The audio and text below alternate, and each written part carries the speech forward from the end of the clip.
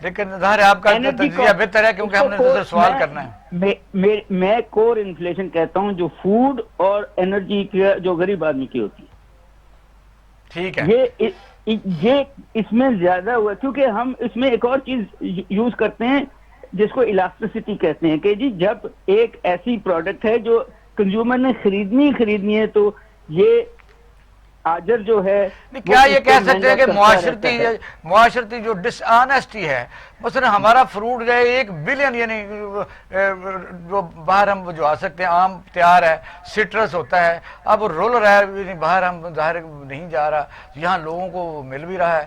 تو مہنگائی کا ہم جو لوگ بیچنے والے ہیں وہ ہم سب لوگ شامل ہیں، بیچنے میں شامل ہیں، یا واقعی اس قسم کی صورتحال کے باہر سے آج ککھ نہیں رہا فیلڈ سے؟ نہیں سر، کخ تو نہیں ہے، یہ ایسے نہیں ہے.